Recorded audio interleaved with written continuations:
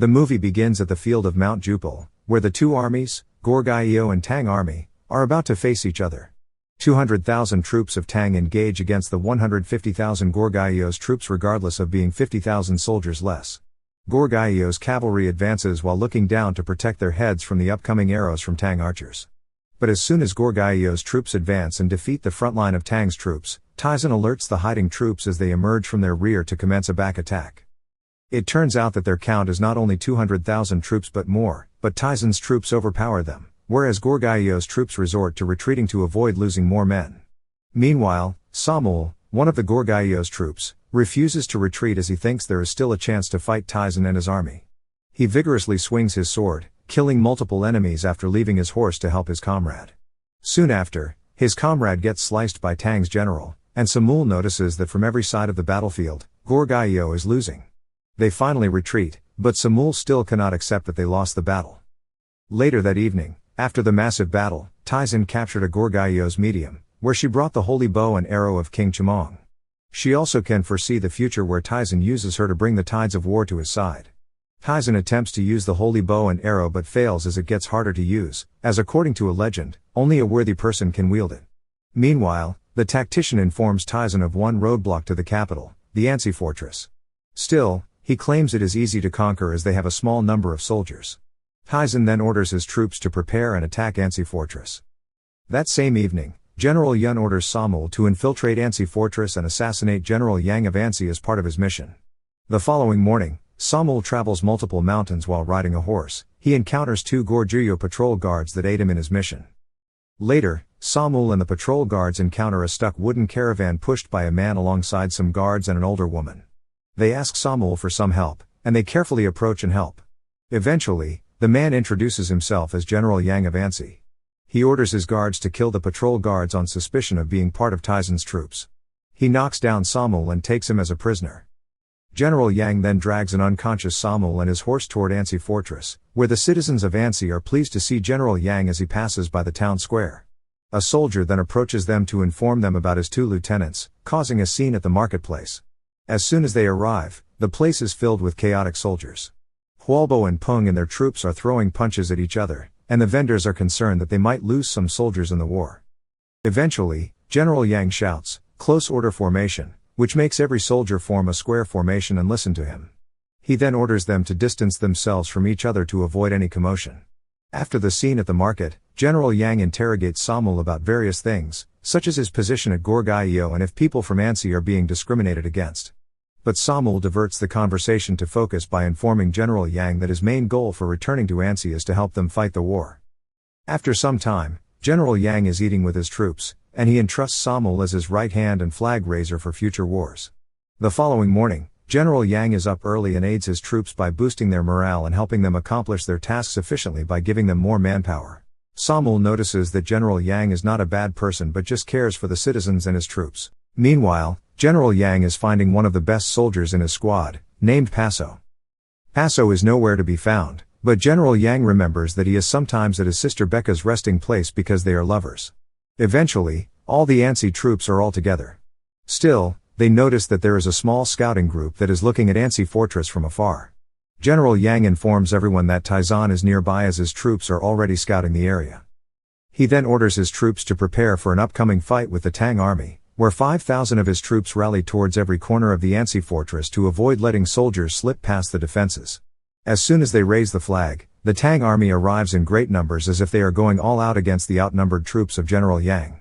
The Tang army immediately sets up their giant catapults and archers while waiting for Tyson's orders to attack Ansi Fortress.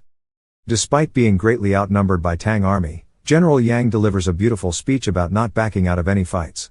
Thus, telling them to remember who they are protecting and why they joined the army. Meanwhile, on the other side of Ansi Fortress, Tyson tells his soldier to make a scene and do everything to conquer Ansi Fortress. And kill everyone regardless of age or gender. The attack starts as Tyson orders his troops to fire the catapults at the walls of Ansi Fortress. Although it does not hit any soldiers so far as the battle progresses, the aim of the catapults gets better and eventually hits multiple Ansi soldiers from afar. General Yang, a known strategist, retaliates by ordering his troops to prepare the traps inside and outside the Ansi Fortress that will be good for defeating enemies complacent about the massive gap in soldier count. Ansi's archers are so precise and efficient that they hit the front lines and back lines, regardless of having proper armor or shield to block the arrows. Eventually, some of the Tang soldiers advanced and attempted to climb the walls to attack from the inside. General Yang then orders his troops to remove the larger traps to fend off the soldiers getting inside or above the walls. It successfully pushes them away from the walls and makes them faint. Meanwhile, the two second in command, Paso and Becca, are preparing for the orders of General Yang when to attack and serve as reinforcement of Ansi. The front lines of Ansi are great as it composes of General Yang, Hualbo, and Peng's squad taking care of the advancing enemies. Eventually, some Tang soldiers create an alternative route and forcefully open the main gate of Ansi to infiltrate it from the inside and out. General Yang then orders Paso and Becca to commence the second phase of their attack, where they will deploy several other traps to annihilate the Tang soldiers. Little by little, the large number of Tang soldiers decreases quickly, which alarms Tyson. Regardless of losing many of his soldiers, he is still complacent that his troops can overpower the puny Ansi soldiers. General Yang then shouts his next move by telling everyone to commence close order formation, to create enough space for his troops to fight together.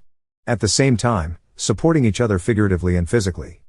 Eventually, Tyson realizes that he needs to order his troops to retreat as they lack preparation due to being overly complacent about the number and power difference. Meanwhile, the Ansi troops are celebrating as they overcome the great challenge of not losing, regardless of being on the other side of the coin where they are greatly outnumbered. Later that evening, General Yang is talking to Samuel, and he keeps asking why and how they won. General Yang then replies that they always need to fight regardless of being outnumbered and try their hardest to fight and protect the people they care about. After some time, one evening, General Yang and Samuel talk to each other as they both realize that there are still problems excluding Tyson's plan of attack. General Yang explains that you need to forgive and give people more chances. Still, Commander Yun does not want any connection with him. Samuel then attempts to stab him, but General Yang explains his side that fighting Tyson in an open space is simply suicide. Their conversation is put on hold as one of the Ansi soldiers informs them that Tyson is preparing to attack again, regardless of the time. Tang army shoots off flaming arrows while stepping on tall, movable platforms. The enemies keep on advancing. General Yang cannot comprehend how this is all happening. Thankfully, Samuel shakes him while he is just standing firmly, thus waking his tactical spirit and remembering that they can simply attach the burning bags to the arrows to burn the elevated platforms of the Tang army. While his troops are battling the enemies, he immediately grabs the burning bags. He shoots them off with his bow and arrow, making a small explosion and burning the enemies from above. The fight continues while General Yang shoots the burning bags with his arrows. Finally, it creates an opportunity to drive away the Tang army using tactics far greater than elevated platforms to get inside Ansi Fortress. Just as General Yang finishes burning the tall platforms, the acting general of the Tang army sends off a spear directly at his right shoulder, making him fall to the ground. He grunts as he cannot move and attempts to avoid it but fails as the spear causes significant damage to his body. Samuel then shows up from the rear and stabs the acting general of the Tang army, thus making General Yang survive another day to protect Ansi Fortress. Meanwhile, it humiliates Tyson as he cannot even conquer a small fortress with smaller soldiers to fight with his enormous army. He orders his troops to retreat while he thinks of another tactic to conquer Ansi Fortress. After 4 days, surprisingly, there were no attacks from Tyson and his Tang army. General Yang finally wakes up after being bedridden for 4 days. His right hand tells him to thank Samuel for coming at the last minute to save him from an upcoming attack that may have killed him. Later that evening, they start a small celebration to divert their attention after a stressful stretch of days trying to fend off Tyson and his Tang army. Samuel observes that every soldier and people from Ansi is having fun as they smile and dance, thus finally forgetting his sole mission to assassinate General Yang. Meanwhile, an ashamed Tyson is rethinking his decisions and orders towards the Tang army. He regrets that he underestimated a small fortress. He sends out the Goguryeo medium to Ansi while sending a message to General Yang. She meets with him and informs him that he can still surrender, and it will save everyone while granting them one wish after accepting the offer of Tyson. General Yang does not accept the offer and continues to create more backup plans for his army. Later that morning, Tang army created a larger moving platform that could not quickly burn taller than Ansi. General Yang and his advisor notices that the large moving platform is very dangerous as it enables the enemy forces to enter Ansi easily. Samuel then suggests that he will go to Goguryeo and ask for assistance for more manpower to fight against the enemy forces. General Yang declines his plan as Paso suggests that they attack the kingdom of Tang while they are distracted. While giving it some thought, he approves of the idea, thus sending a small squadron to strike Tang while they are distracted. But the Goguryong's medium fires off an arrow with a message that alerts the enemies of the sneak strike of Paso and his squad. As soon as Paso arrives at the Tang kingdom, they are immediately taken care of while they send back an injured Paso to signal General Yang to just surrender as defeat is inevitable. The death of Paso enrages Becca, as she fights Tang army alone the following day while focusing on taking down Tyson itself. She defeats several enemies despite being alone, but as they say, so man can easily defeat an army without any help, as she falls miserably at the hands of Tyson's bodyguards. Her corpse is sent back to Ansi as another message for General Yang for him to surrender. Still, he is enraged and plots to defeat the Tang army and its enormous strong platform. Meanwhile, Samul tries to convince General Yun to send reinforcements to aid General Yang in defeating their common enemy Tyson and his Tang troops. He gives it some thought and waits for some time to decide. After some time, he notices some kids playing with sand in the city. He then orders Wo Day, the head of the miners, to create a small hole to make the built platform fall to the ground, making it easier to strike the enemies. Meanwhile, the miners finally finish the small hole beneath the battlefield and prepare to set it off by burning the wooden poles. Still, it suddenly rains, thus making the poles harder to burn. Wo Day decides to manually chop off the poles while sacrificing their lives to protect the Ansi Fortress. The final stretch of the war commences as Tang army finally moves to advance with the newly built platform to reach the insides of Ansi Fortress. But as soon as they reach the area of the shallow sand part, the large platform falls, creating an opportunity for General Yang and his army to strike and finally end the war against Tyson. The movie ends with General Yang remembering why he is fighting and defending Ansi. He then fires his last arrow toward the enemy general, thus hitting its left eye. At last, the reinforcements arrive as Samul convinces the general of Goguryeo and backs up General Yang and his troops to fend off Tyson's withering troops. After the fight against Tyson, General Yang and his people restructure the walls of Ansi Fortress to be stronger. He trains more soldiers for any upcoming war while Samul returns to Goguryeo. Thank you for watching. Subscribe for more videos like this to help the channel out. Have a nice day.